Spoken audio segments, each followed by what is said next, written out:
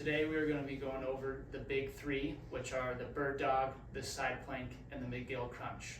The bird dog starts off with the patient going on their hands and knees. They're going to take their right leg and push their heel behind them into the wall. Some patients will allow their hips to fall forward here or to open up here. To prevent this from happening, there is a muscle on the front side of your hip over here. You're going to find this muscle and squeeze it to allow this back to stay flat and to prevent this from opening up. As the patient is pushing their heel behind them, they're going to take the opposite hand and push it in front of them like so. And the patient will hold this for 10 seconds and they'll come back on their hands and knees, and they will do this for 6 reps.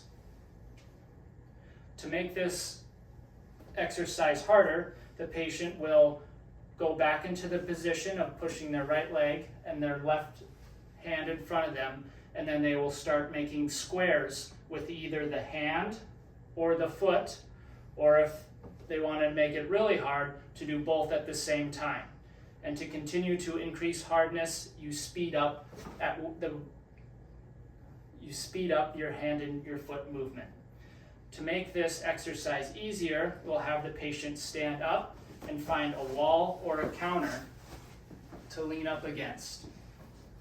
The position you are looking for here is whatever position does not cause your back to be in pain.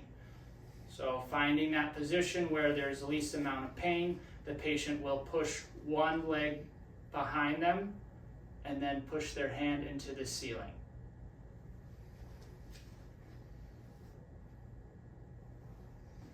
Good. Awesome. Yeah. The next exercise of the big three is the side plank. The patient will start on one side, one foot out in front of the other to create a wide, more stable base for the patient. The patient then will push their elbow into the table, bringing their hips up into the air. They're going to find this muscle here, keeping it tight to not allow any sagging of the hips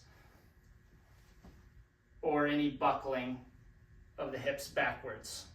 Some patients will want to hold themselves up. We're looking for a patient to be upright and stacked, pushing their elbow into the table, keeping that lat activated, as well as the hip down in here.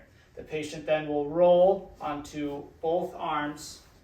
They're finding the pain-free position in their low back. Once they find that position, they're going to reach one hand out in front of them, take a breath, then reach the other hand out in front of them. Bringing it back, they're going to roll to the other side, making sure they're pushing their elbow into the table and finding that hip muscle, keeping everything upright and strong. And then the patient will repeat this process 6 times, 10-second hold each time. To make this easier, the patient will go to a wall or to a counter, lean up against that counter, activating all the muscles that we talked about before. They're going to hold for 10 seconds, rotate to 2 arms, finding that pain-free position in their low back, roll to the other side, and repeat for 6 times, 10 seconds each side. Go ahead. The final exercise in the big three is the McGill crunch. We'll have the patient lay on their back. We'll have them bring one leg up, and then we will have the patients slightly tuck their head and then bring their sternum up into the air. What we're looking for here is if a scale was underneath the patient's shoulders, that scale would read 0. We'll have the patient hold for 10 seconds, then relax back down, and then do another rep. We'll do 6 reps, 10-second holds. To make this easier, we'll have the patients put their hands under their low back and do the same exercise.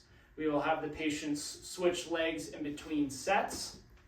Unless the patient is having radiating symptoms down that leg, then that leg remains bent. Some things that patients tend to do wrong is when we tell them to bring their sternum up, they will bring their sternum up and leave their head behind. And this concludes the big three.